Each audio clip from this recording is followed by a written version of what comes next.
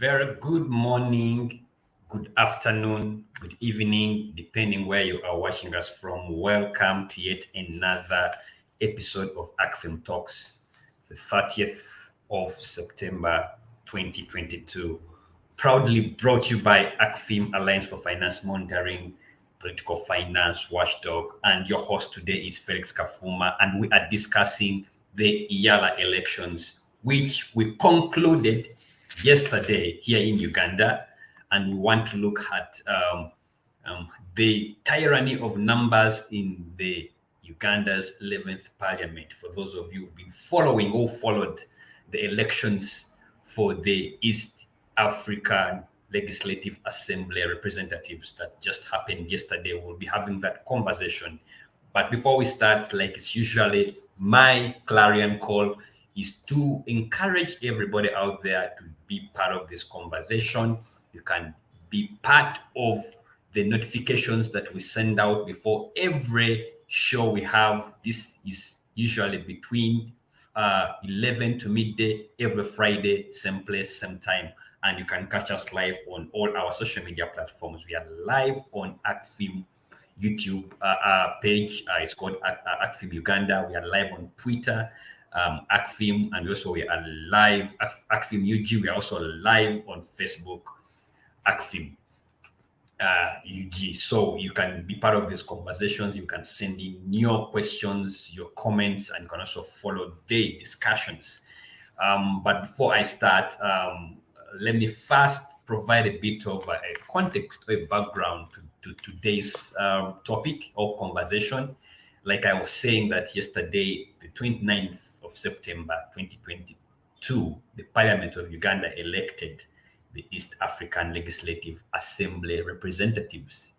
A total of 28 aspirants that vied for only 9 slots that are available for the 5th Eala, and of which 6 had already been ring-fenced for the leading NRM party. The 6 candidates from the NRM have all been returned by the August House as it had been agreed upon by the SEC, and these include Rose Akol Okulo, Mary Mujenyi, Dennis Namara, Mr. James Kakoza, Stephen George Odong, and Mr. Paul Smart. So those ones have already been, they have retained their seats. They are going to be serving yet another term at the Eala. The candidates from other political parties that were contesting were Harold Kaija from the FDC, which is the Forum for Democracy, for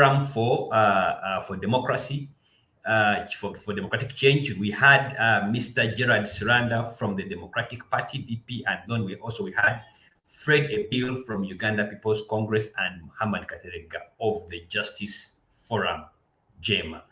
The other 18 to make it 28 were contestants that contested as independents. The process, however, of electing the Eala members, if you've been following it, I think for the last 2 months, it was very clear that the process of electing these members was in full control of the ruling National Resistance Movement, NRM, to the extent of deciding who goes to the assembly. Having already decided on the 6 positions that are ring-fenced for NRM, the party also, owing to its numerical strength, tried to decide on the remaining 3 positions. Already, it had cast its slot on Fred Ebil of UPC and Gerard Siranda of DP as a way of further cementing their relationship with those 2 parties that they consider to be the friendly foes of NRM. Only Gerard Siranda was able to sail through yesterday, and the other 2 slots were taken by Veronica Kadogo-Babirye, who is independent but leaning towards NRM, and Jacqueline Amongin, who is also independent but leaning towards NRM. And we shall come back to that. But in today's episode, we want to take a look at Eala elections, how it unfolded, and the implications of the NRM dominated the House on the proceedings, and whether that is indeed a tyranny of numbers in the 11th Parliament concerning the Eala elections. This and much more in today's edition. And with me, I have two ladies. It's an all-lady panel today. I'm really, really excited about that. We've been culprits of only having male panels, but today it's an all-female panel. And I have with me Priska Wanyenya, who is a regular on this show. She's a parliamentary journalist working for both print and online publications. She covers business, court, and parliament, and areas of interest are mainly around transparency, accountability, respect to human rights, access to basic needs, among others. And Wanyenya, you are most welcome to Acfim Talks. With me, I have Fiona Randarugali, who, yes, she'll be joining shortly, who is a prominent lawyer licensed to practice law in both Uganda, Kenya, and East African Court of Justice. She's also a managing partner with Sawagude Kaleman Company Advocates and contested in the just concluded Eala elections. She contested as an independent, and unfortunately she didn't go through, but it would be good to get her experience. It's really good to have you, Fiona, on Acfim Talks. You're most welcome.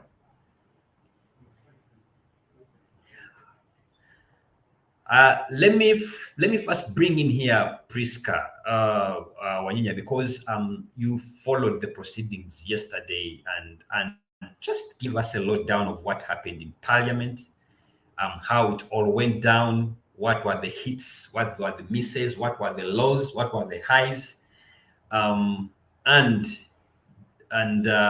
probably also the drama and the things we didn't see that are not reported about, but indeed were colorful to make this discussion relevant, especially for anybody out there who is listening and also who didn't necessarily follow the Eala elections, but would need to get on board.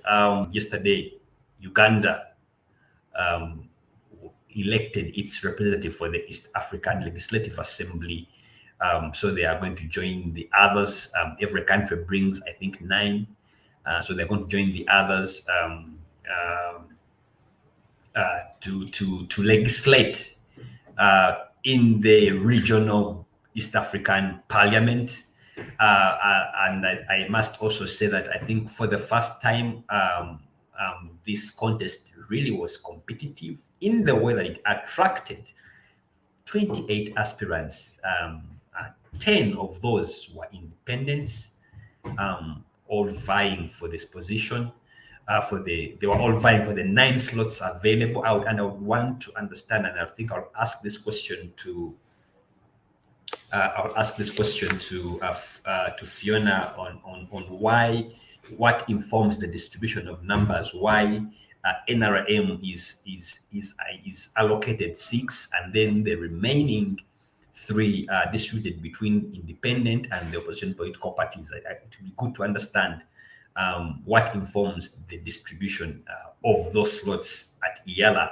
Yes, but for those of you, if in case you didn't know already, the elections took place, and the following are now officially joining the Eala Parliament. That is, we have the 6 candidates from the NRM.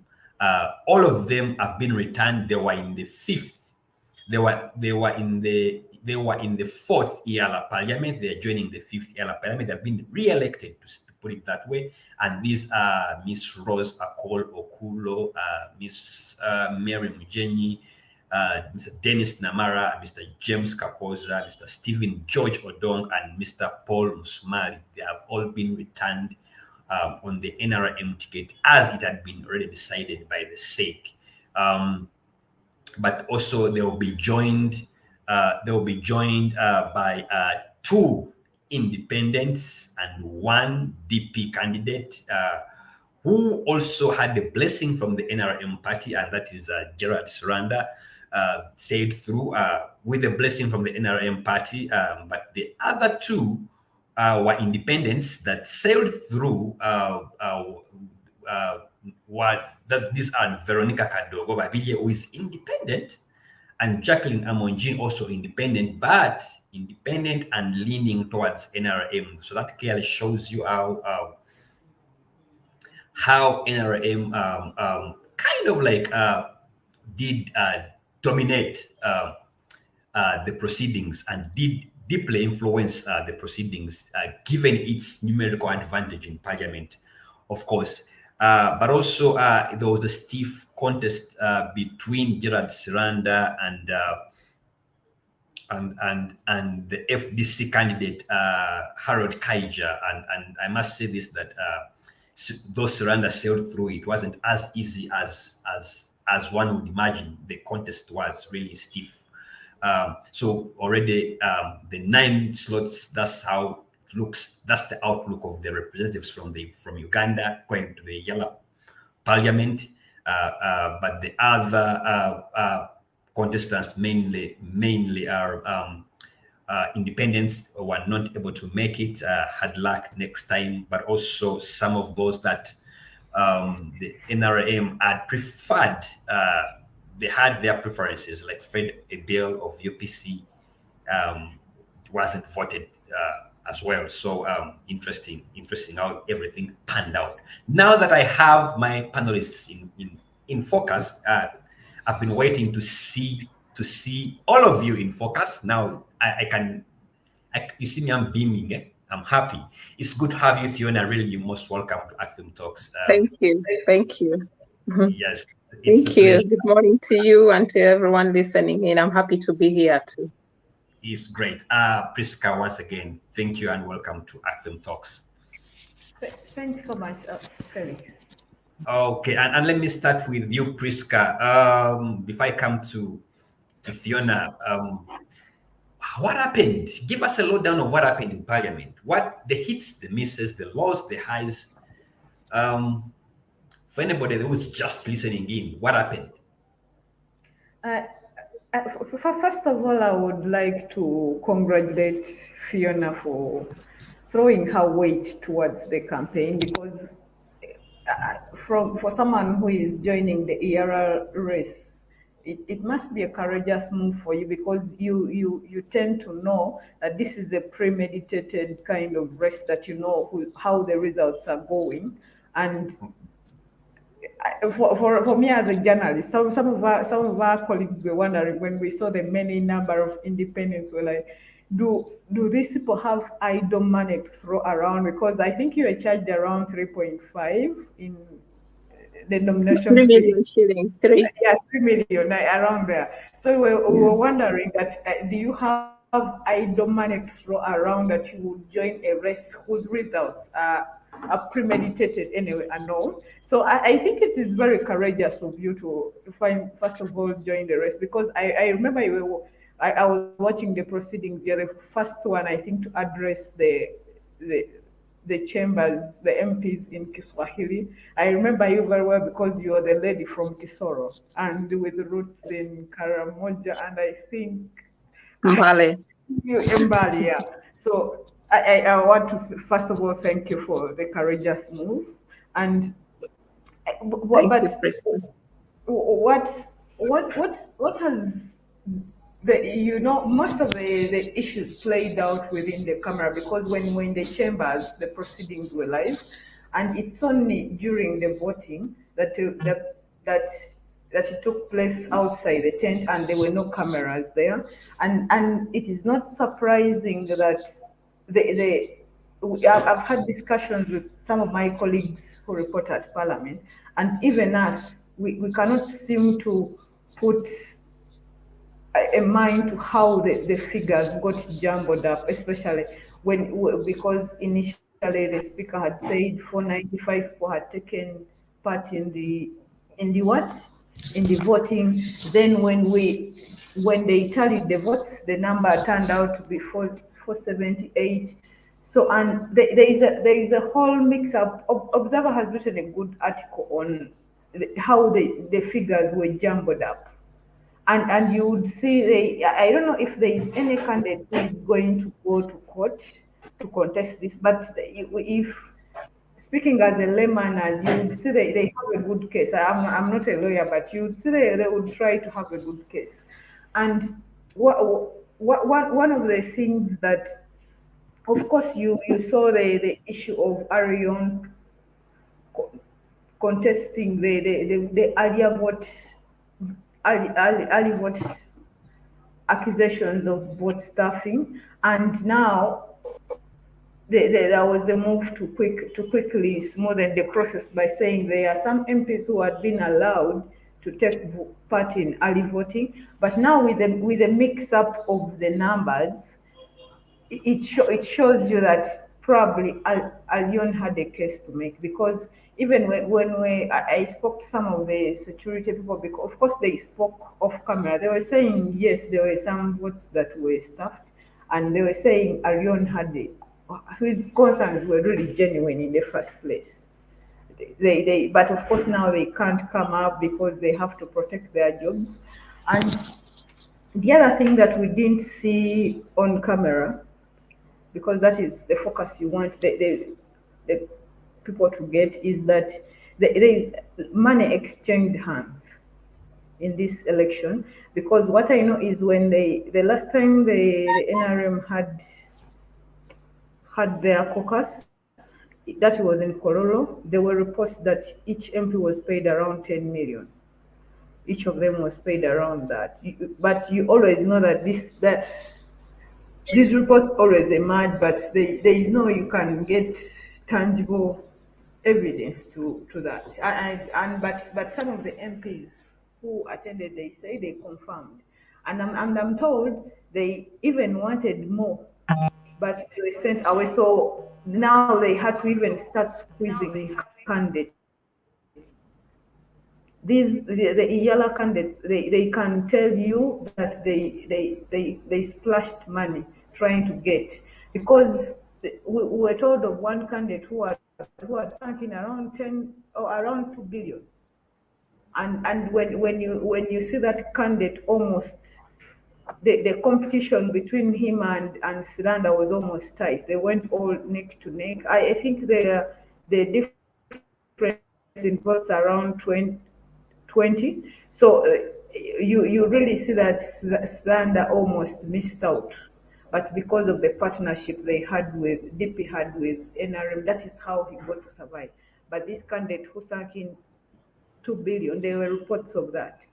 So and of course they were the issue of now it is more of an NRM Eala representation, because the two, Veronica and Amongin, yes, Jacqueline, they were all former NRM MPs who lost in the elections. So they aligned, and for Veronica's case, the talk around is that one of the big shots at Parliament wants to take over the former seat she had in Busoga region.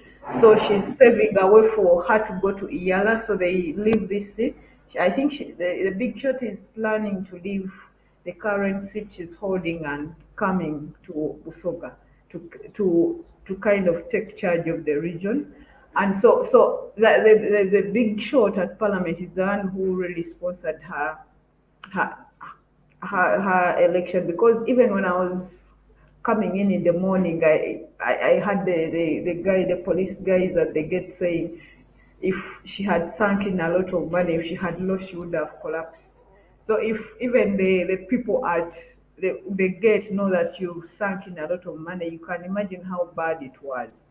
And and what really disappointed me is the figure of 11 invalid votes. Why would it shows you the level of civic education in Uganda, because why would MPs fail to correctly tick a ballot paper? because you have the rules, you have to tick exactly 9 people, not more, not less. Why? If I would have understood that probably one ballot paper, probably you ticked and it crossed something, but 11 of them says a lot about our MPs. That figure really disappointed me, and there is so much we have to do in society going forward. And the my assessment during the campaign, most of the candidates were not even allowed to. There was too much heckling, allowed to express their views. The heckling, I expected better from the MPs, because this is the only time you have 7 minutes to listen to someone and assess their views on why they have to go to Eala. And I think it is not so hard for you to give someone 7 minutes, because you are expected to behave better. It's not a normal campaign like the one we have at the village level, where people you're in a football pitch and you're addressing all these people who are heckling. I expected better. I was kind of disappointed in the fact that the the candidates were not even allowed to campaign. Now it even makes, as a journalist, it even makes your work harder, because you want to list, you're going to make an assessment after the whole campaign, and assess whose manifesto you want to assess Fiona's manifesto against Rwanda or anyone else. But if you didn't hear what Fiona was saying in the first place, so it gives you hard time on how to proceed. There were just so many things that went wrong on this current election compared to the one we had in, I think it was 2016, around 2016 or 2017. I can't recall, but that is my general assessment of the two elections that I've witnessed. Okay. Thank you so much. Priska, for sharing with us what we didn't see on camera. That's quite interesting. And just a quick recap. Talked about vote buying. Yes, there have been those allegations, and I would want to bring in focus here now. Fiona, those allegations of vote buying, the ballot stuffing, I think the ballot staffing also speaks to the mismatch of those figures. I saw those figures in the morning and I was asking myself, wow, where is this difference coming from? The issue of decorum, yes, I tried to follow as well when the candidates were campaigning, and the behavior of the MPs. They could not allow some of them to pass on their message very well. So something has much to do with the decorum, the behavior of MPs, to allow those contesting to share their manifesto, to pass out their messages. That was quite unbecoming. The issue of the 2 billion is quite interesting. I would love to know which candidate is this who sank in 2 billion allegedly in an Eala race. That would be quite interesting. But the critical issues that are important to discuss here are around now you are talking about the integrity of the process, and whether there is room for anybody who feels that the process was not properly handled has ground to go to court and challenge these outcomes. I don't know whether this will be the case, and if it is the case, whether this is enough information or enough evidence. There's enough evidence to overturn the process. It's quite unlikely to happen, given the fact that this process, like you said, it's more of a premeditated process. It's more of a rehearsed process. It's a ground. It's a playground for NRM to really exercise its might, its numerical strength, and also use it to extend its influence when it comes to this arena of Eala, the Eala business. This can't come as a surprise, though. But I don't know if some of these things that Priska has shared that speak to the integrity of the process are strong enough to cause a petition that can rescind the process. That would be quite something unusual. But as Priska comes back on set, but I'm also waiting for Fiona. I really would want to hear from Fiona's experience, how this went down, some of these allegations of what buying and bottle stuffing, what was her experience? Did she find herself in a spot where she was confronted with those who were demanding money from her in exchange for her candidature to sail through? How much did she spend? What inspired her?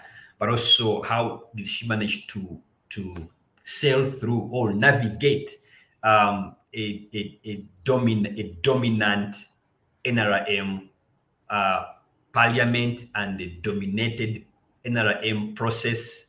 And what really inspired her to get into that space to contest as an independent? This will be very good information for us before I can go on my next set of questions. But as I wait for Fiona, let me work with Priska here on this one. Just your take. You've described the process where NRM was really acting in a bullish behavior of controlling the proceedings of the Eala elections due to their numbers. What is the implication of such a process, which is more or less a foregone, concluded process? Looks like the Eala elections are more or less a ritual. What does this mean? What should Ugandans expect now in the bigger Eala? We now have our representatives clearly mapped out.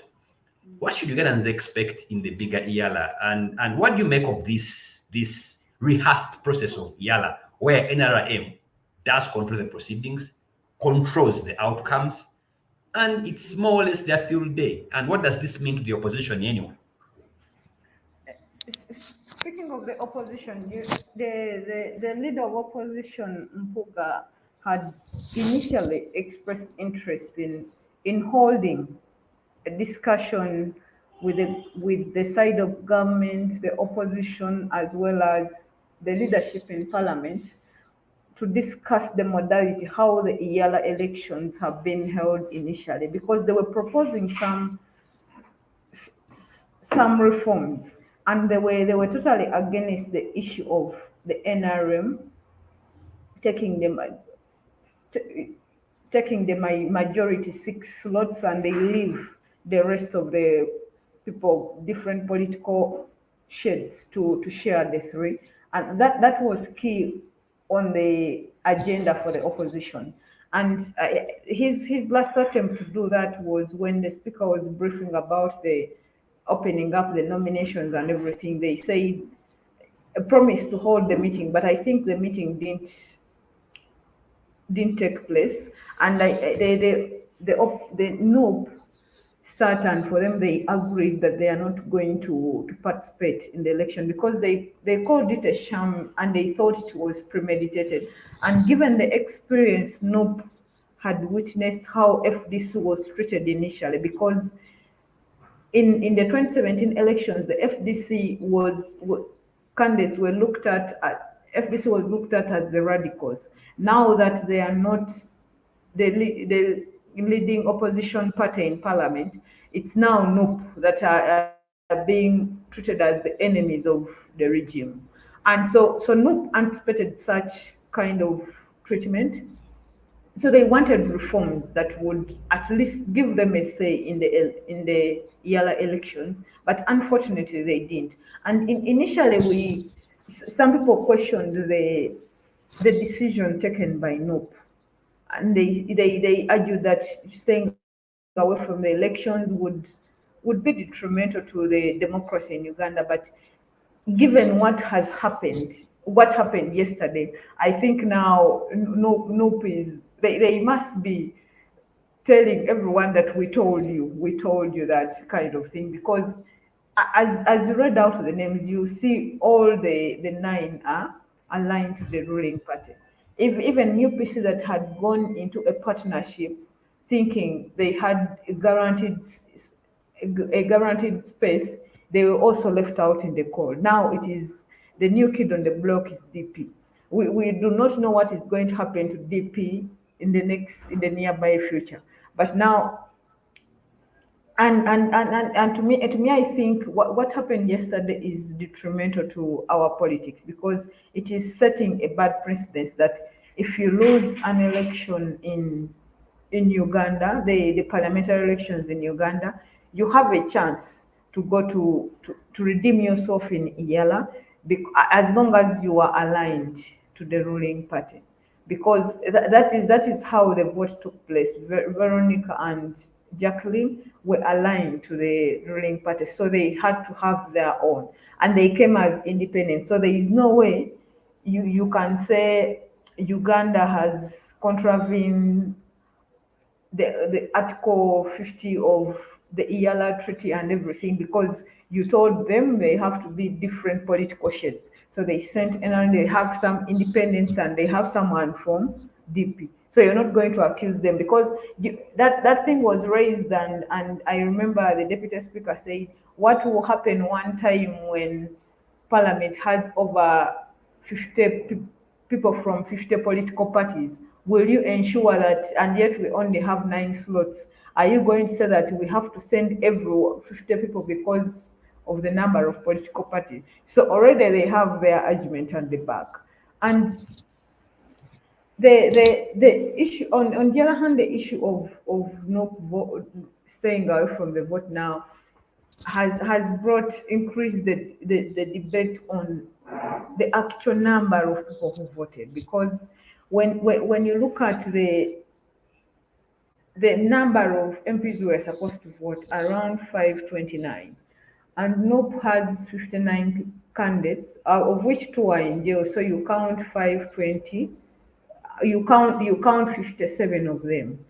So if you remove the 57 from NOP, who have said we are not going to vote, it brings the total number of voters to 472.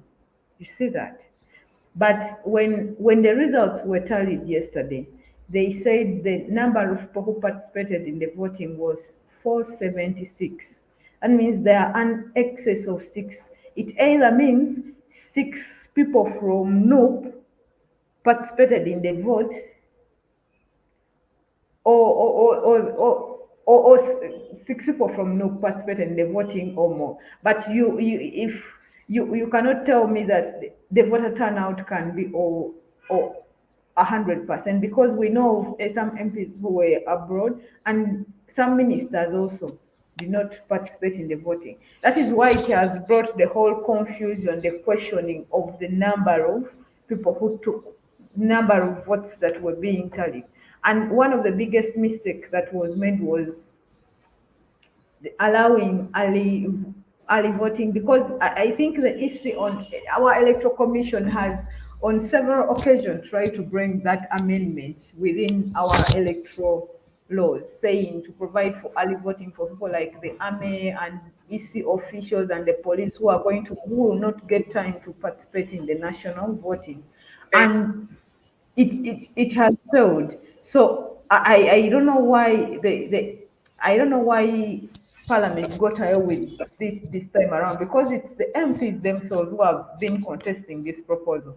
So it has taught us a lesson that as long as we are still in this hybrid system of our election, we cannot handle early voting, because see what has happened in an election of about 500 people, but we cannot hold it without any questions. So it brings into question the quality of the election system in Uganda. So the issue is not just with the electoral commission, but even now the whole electoral process in Uganda has been eaten up with with so much incompetence that the civil society has a big job to do, because now you thought the legislature is the epitome of probably democracy. They would know how to handle democracy and everything, but now this whole mix up has come up.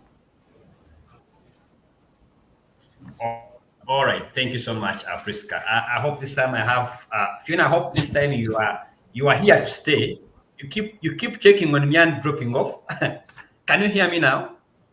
First of all, who determines the number? Who determines the distribution of numbers at Eala? Like to say that the biggest NRM should have 6 slots, then the others, the opposition share 3. Okay, the biggest party should have the majority, and they come to the number 6 versus the remaining 3. That's the first question I have for you. But also, what motivated you to enter into a race where pretty much everything was almost a foregone conclusion, a rehearsed process? And what was your experience as an independent candidate swimming against NRM? What was your experience with all these things, Fiona, with all these things Priska's talked about that touch a bit of the integrity of the process? But as Fiona works on her internet, Priska, I'm trying to understand, and I think I'm not alone here. Who is trying to make sense of how do you arrive to 6 against 3, the distribution of numbers at Eala? Felix, even you, that is why I told you it was the same concern that was raised by the FDC when they were the main opposition party, and still the concern was pushed back to even no play raise. It is like, can I even calling it a gentleman's agreement would be strange, because a gentleman's agreement, you would see there are different parties that have agreed upon it. But it is like the opposition just woke up one morning and they realized that the NRM had agreed. Perhaps that agreement was reached on in the caucus. And that is why they have been struggling to hold discussions with NRM and government to help them understand who decided on the 6. Because that is not what is happening in the other member states in the EAC. So they have now been left to struggle with the 3, and what that means is that if this kind of trend continues, we are going to have an political representation in Eala, and the only way they are going to that is going to be disguised is by throwing in some people who will come as the what who will come as independents, but independents who are aligned to who align themselves with the ruling party, because it would attract some legal legal implications if Uganda only sent one shade of political opinion, the NRM. But I also think it's a ploy to discourage people in the near future, because, as you say, the turnout had kind of increased from the future, from the past. I do not know what it shows of the future, because now it probably in the near future you'll find only some people not picking nominations, and NRM sends its candidates and they tell Yala it's only NRM candidates who expressed interest. What do we do now?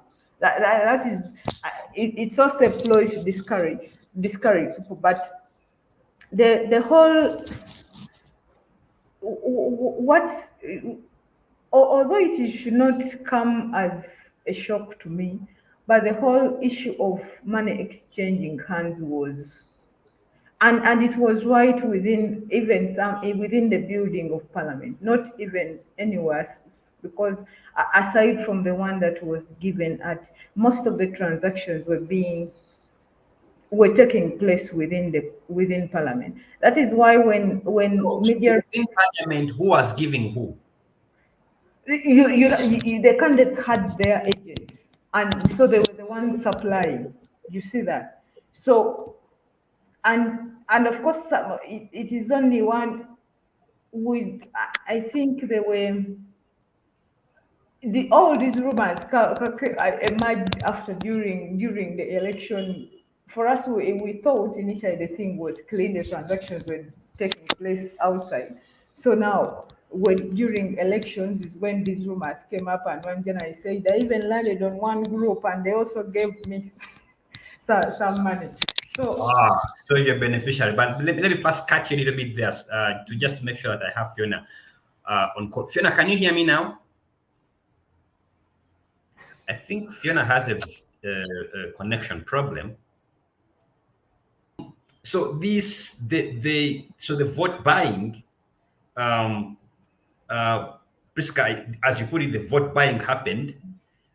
Even the candidates themselves were bribing MPs to be voted. So was this mainly because I do not understand the six MPs under the NRM ticket? I think those ones it was already a clear sale that they will go through. So was this among the other undetermined, among independents, and also the between the two preferred and the partnership of UPC and DP? Which camp was mainly, where was the vote buying taking place, in which camps? Because I don't understand, if I'm NRM and I'm part of the six, the incumbents, where it has been decided that for you, the six, we are returning you, it makes no sense for me to do vote buying. But the remaining 10 who are independents, and probably the other two who have the sympathy vote of NRM, is not yet decided. So where was the vote buying taking place? Which camps? first of all, Felix, it is wrong for you to think just because you're coming on an NRM ticket is a guarantee that you make it. You make it straight, because in the first place, that is why the party had to hold a caucus, and to ensure that they cement the decision, there was money that was paid, 10 million to each. You see that? Because you cannot take chances that because I have called them to call and told them vote Felix, they will abide by it. You see that? And so even you as a candidate, you cannot rely on your party. You do not know what is cooking behind the kitchen, what is being cooked in the kitchen. So you also have to release your own. And there is this attitude that goes with the Eala MPs versus our parliamentary, the Ugandan parliament, because the Ugandan parliament tend to think that the people in Eala are having free money. You're eating your money. It doesn't come with a lot of stress, because for you, for instance, Felix, if you had an issue with your goods getting into Kenya, and so you're having wrangles with that at the border, probably the first person you're going to think of is calling your MP, your area MP. Let me say, for instance, if it could be in Sereko, you'd call him to raise it on the floor. You not think of the MP in the Eala. So logically, the Ugandan team will think you've been eating money, free money, compared to us who are You don't have demands. You don't have demands from constituencies. Yes, you don't have demands. So it is now our turn for us to claim a share from you. You see that? And even when you see I think Eala, when you see the emoluments and everything, they get paid more than the local MPs here. So that is why you cannot take chances and say, just because my party has won, or because I'm assured my party has ordered, I am assured of that slot. Because even even in even NEC itself, before your name even gets on the list of the people that the NRM has approved. Of course, you have to convince some people within NEC that these are the people you have to. So the money exchange changes hands for you to guarantee your position in the race. You cannot just sit and say the Muzei has decided, so be it, because they can decide to punish you for that, and you have nothing to do over it. You have no control over it. Oh, okay. All right. Thank you. Just to be sure, Fiona, can you hear me now? Yes, I can hear you now. Okay. Quickly. First of all, we've been trying to make sense of probably me tell me from this perspective as a lawyer and a participant. How does NRM arrive to the allocation of 6 slots against 3? To be interesting to know that, but also your experience. The allegations of voter bribery that took place, issues around ballot staffing, the numbers were not tallying, those who voted. So, were there issues that really undermined the integrity of that process from your perspective? And what was your experience as a first timer in a process that is laden with numerical strength of NRM? What inspired you as well? Thank you very much. Maybe if I can start with my experience, I will say you can only know if you are in it. Yeah, you can only get to know if you're into something. So for me, it has at least opened up my eyes and my ears to understand what kind of politics we probably have as a country. But all is not lost, and of course, I've gained much. I've gotten to know lots of people. I've had to share with the public on what East African community is all about.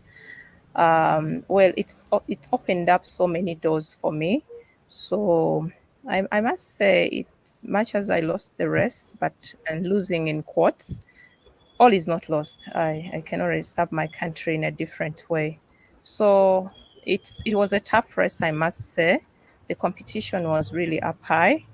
I could equate it to a presidential race because we had to kind of follow up with the MPs in most of their constituencies, trying to lobby votes. But it's part of the game.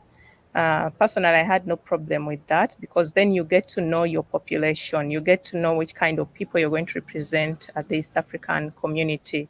You get to know the grassroots challenges down there.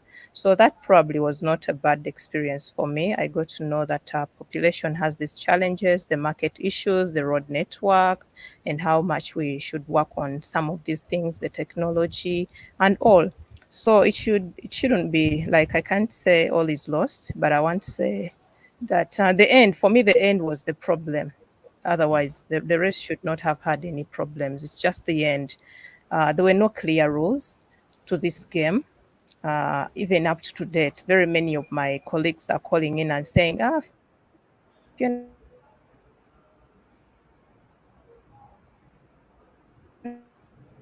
sorry about this, but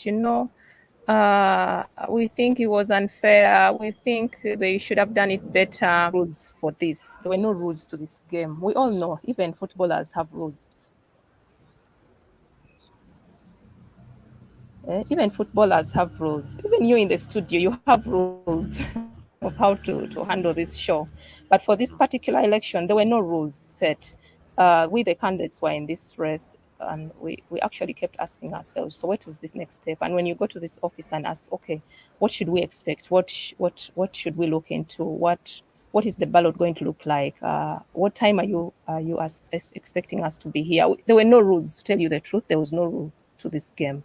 So personally, when this morning when I was talking to most of the MPs that really supported me and those that are encouraging me, I just told them we're like sheep being led to the slaughter. And we did not know really what this was going to be like.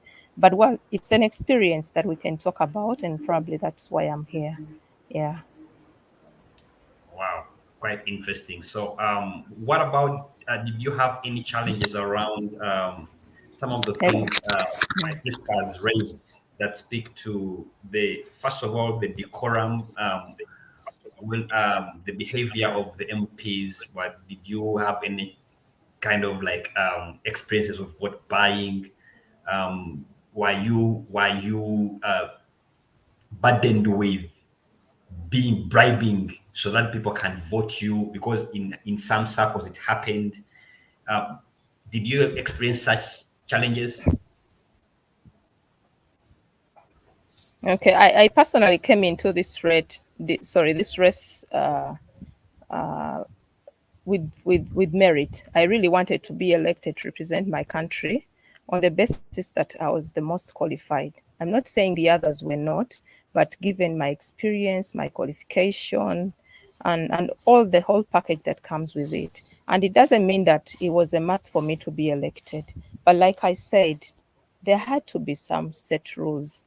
I will not personally, of course, I had this information going on that money is exchanging hands. I cannot verify because when you're in a contest, you're like the enemy of this contest. So people will not openly come up and say that maybe give me this amount of money so that I can vote you. I'll personally say I never experienced that, but I had the voices. They were so loud in the corridors.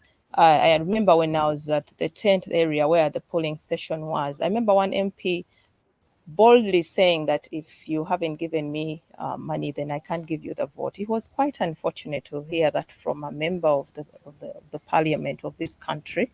I will not name call, but I personally experienced that. So it tells a lot about what kind of politics we're in. I hope that really changes. And everyone will ask, why were you in this race? All hope is not lost. I'm the kind of person that will always be hopeful that there is something better out there and there's a way we can equally build our country moving forward. So, like I said, there were no clear rules. Why am I saying this? In the beginning, we did not even know what time we should appear. No one called us. We kept asking, kindly, will you like call a meeting of candidates and brief us on these rules? We needed to know what time are we expected at Parliament. What time shall we be speaking? What time shall we probably be casting the vote? All of this was not clear. We're not even guided on whether we needed agents. Personally, I had to go to the officers who were at the polling station and say, guys, do we need agents or are we going to be the ones that are going to follow up on the process of election? There was nothing, no agents. We did not view the ballot paper. So for me, one of my supporters is the one that took a snapshot of the ballot paper.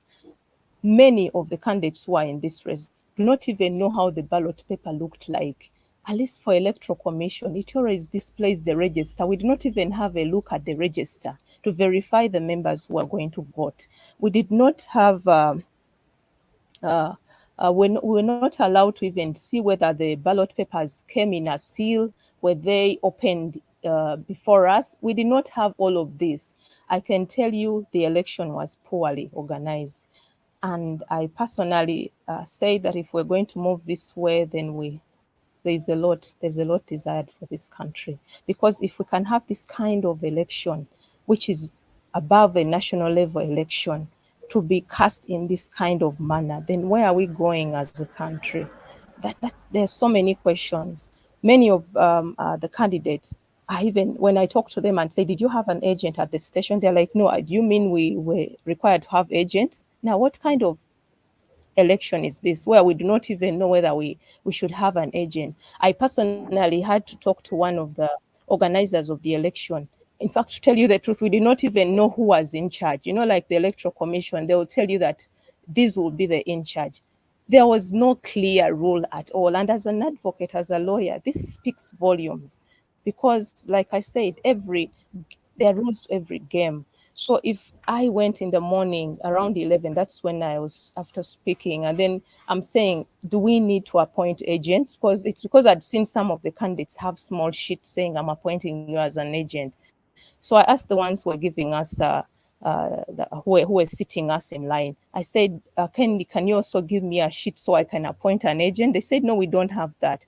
But I'm like, my colleagues are having them. People just came up with their sheets. So when I went out and asked that, can I have this piece of paper to appoint an agent. They said, no, just pluck out a piece of paper and write down the name of your agent. This is a national election, for God's sake. It's regional election. And you're telling me to pull out a piece of paper. I had to refuse that. I said, no. We paid 3 million shillings for this. Kindly, can you type out something so that it's formal? How can you tell me to pluck out a piece of paper from wherever? And then one of them had to run up the clerk's office and type out that piece of paper. Now, there is a challenge. You have to look for, because then I had my PA who I wanted to appoint, because since there were no clear rules, we're like guiding each other on what PA, and ask them that, can you come and sit in as my agent for this election? And when they get in, they're like, no, we only want members of parliament. But you can imagine, how do you just bump into a member of parliament and say, now you're my agent? You see, then I had to call a few of them and say, kindly come and help me and be my agent. Then they're like, but Fiona, I want to still listen into the speech of the other candidates, because they were inside the house. Then I'm confused. Others are saying, no, I just came in for a few hours, I'll be moving out. So they had to go up, draft out this piece of paper for us. And then I appoint agents who are, because of the short notice, who are not equally stable to stay in this whole the voting process. So it was so confusing. It is quite unfortunate and very absurd. It shouldn't be. It reflects really badly on us as a country. And I don't know, but I hope the rules of this game change. Okay. Because actually, if you looked at this piece of paper, I'm not even calling it a ballot paper, because a ballot has, the ones that we're used to at least have your picture on. This particular one did not even have our pictures on. Well, they will say that probably this is how they set it. Maybe it was just names. But one of the contestants' name was misspelled. And we all know that we've had by-elections in this country where they have overturned the election because of the name spelling. You see, and why am I saying it was a big problem? Because we did not even have an opportunity to look at the ballot so that we can say my name is misspelled, or I am not belonging to this party, or all of that was a big problem. And if you looked at the ballot, at least I have a snapshot of it on my phone. It was sent to me by a friend. If you looked at it, it was just a piece of paper, pink in color, with our names on. You see, they just list your name on. Nothing unique. We all know about ballots. There was nothing unique about this ballot paper. It's just listing your name, Felix, Priska, Fiona, and then what actually came in surprising for us is, usually you'll say, okay, let them start with the parties. Maybe let us say the NRM party, the candidates are listed first. Then next will be probably the opposition, and next will be the independents. Now, for this particular ballot paper, it had the NRM first, which I would probably have no problem with. Then the next people were two independents in the middle. There were two independents in the middle of this ballot paper. And then the opposition, then the other independents come. I was personally number 27 on that ballot paper. And then, so you ask yourself, why are they specifically or positioning these two in the middle after the NRM? Actually, if you looked at that ballot, the first 9 are the ones that won it all. The first 9. It's not In that just order. a coincidence. In that order. In that order. In that order. The first 9. It was the 6 for the party. And then it was the next 2, that is the 2 independents who went through, the ladies, Honorable Veronica and Honorable Jackie. And then the next after them was the EP candidate. That is it. So how did they come out with how our names appear on this piece of paper? We were not even called to verify whether the boxes were empty at the time they were casting the vote. So we were only told as I was inside ready to go. I was next in line to go and address Parliament. And then I hear this confusion out that people are already casting the vote. After 2 candidates appearing speak, that is when the voting started. Now, the candidates are not even aware. We are all in shock. Are you sure? Remember, there are other 20, 27, 26 candidates, myself inclusive. I am waiting to address. And all the members of parliament that we have been speaking to, they've been saying, Fiona, please prepare your speech, because that speech usually at least gets you more members to support you. Others are convinced by that speech. Now, before the others even speak, you've already said voting. Then we get to know that there was permission for some of them to probably cast their vote before as proceedings were going on. That should not have been a problem. But I am contesting in this election. You see, let me know, because I'm the candidate. Just say that there are the special members, maybe 12 or 20, who have requested that they cast their vote early, so that it takes away any form of suspicion that there is something going on. But we are hearing this in the corridors. This is going on, and you're like, really? I'm in this election and I have no idea what is going on. So then they cast this special, the special who had asked permission cast. We have information that some of those who asked permission to cast this vote stayed around until the end of this election, late at night. Now you ask, why were they seeking permission to cast this vote and then go away for either travel or business or school? They were seen around. And then the other thing, which kind of election have you seen? Even the president, when we are casting the vote for them as members of parliament, it's an open, usually it's actually Benson's where you go and tick. You see, this particular one had cubicles built within the tent where someone gets into this small room and cast their vote in there. Remember, we're not even called to verify whether these rooms had no ballots in there. So everything was poorly organized, you see, and it brings a lot of suspicion, a lot, to us who participated in it. It is unfortunate, I must say. And then you saw when we're in the tent, they said 495 had cast the vote. Now, when they get, and then they say that we're to announce the winners when we get into the house. When they get into the house, they announce that a different number. Is it 478? The numbers change. But this was said on a microphone. Everyone heard it. Now, when we're out, my number was different. The tallied number was different. Now, when we get into the house, they reduced my number by more than 30 votes. And then they say I only got 23. For me, when I was tallying it, I had gotten more than the 23 they're talking about. When I tallied this, it was about 52. Now they are telling me I had 23 votes.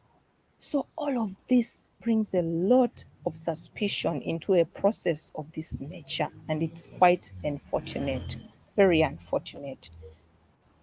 Okay. All right. Thank you so much, Fiona, for that lowdown. From this discussion, it's all clear that the process had integrity gaps. I think even Priska did point out some of those issues that make this process lack of the minimum standards of an election with integrity,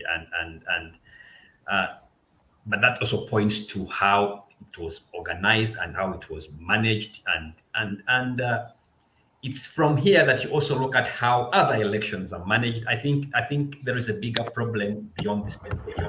Let's look into how we improve in the way we organize our electoral processes. But our time is fast spent. I'm going to give Priska just a minute to wrap it up with your concluding remarks, especially more to do with what can opposition do to kind of like claim a stake in influencing the election proceedings, because it's clear it's an NRM field day when it comes to Eala.